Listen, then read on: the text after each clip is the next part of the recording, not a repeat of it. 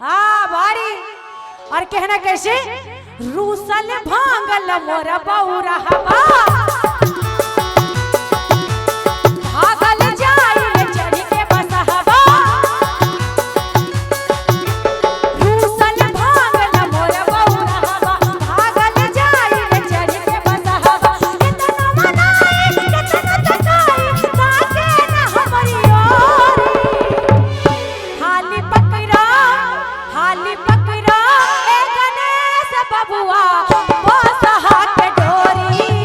पकड़ा ए गणेश बबुआ बसहा के डोरी। जय हो रूसल भागल मोर बौरा हवा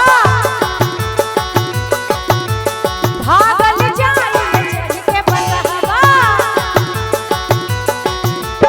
रूसल भागल मोर बौरा हवा भागल जाई चढ़ के बसहवा कितना मनाई कितना तकाई लागे न हमरी ओरी। आप लोग को वही भजन याद है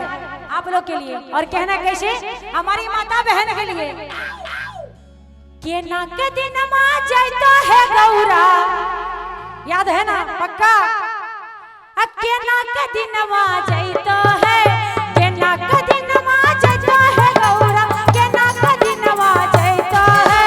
भंगिया पर देखी गौरी भुलौल के ना के दिन मा जाता है भंगिया पर देखी गौरी भुलौल के ना के दिन मा जाता है के ना के दिन मा जाता है गौरा के ना के दिन मा जाता है के ना के दिन मा जाता है गौरा के ना के दिन मा जाता है।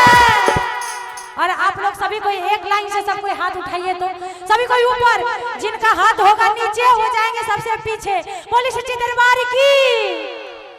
और दोनों हाथ आप लोग तो एकदम एक नंबर पे। हाँ और कहना कैसे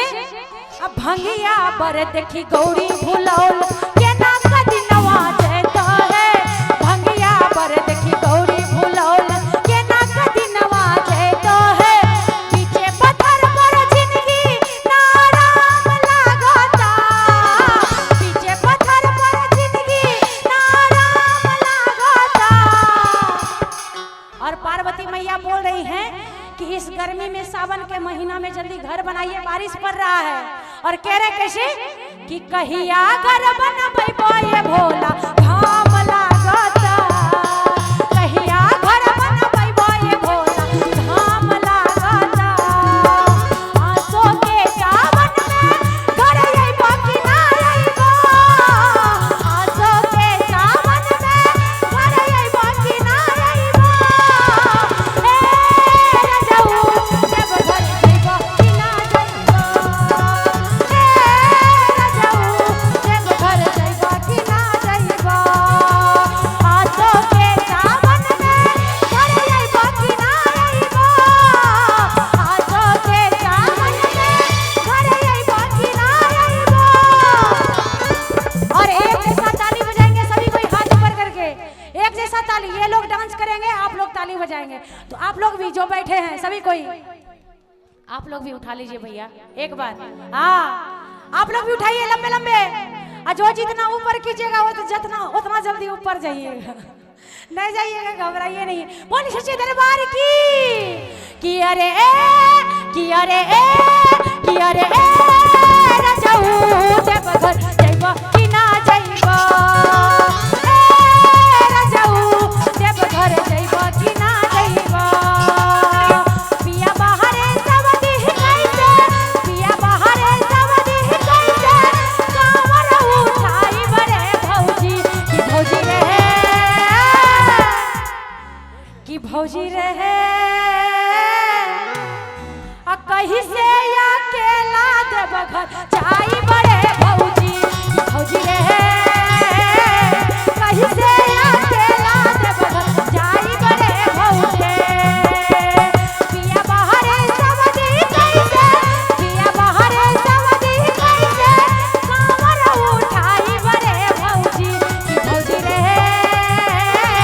कहीं से अकेला देव घर जाई बड़े भौजी कि भौजी रहे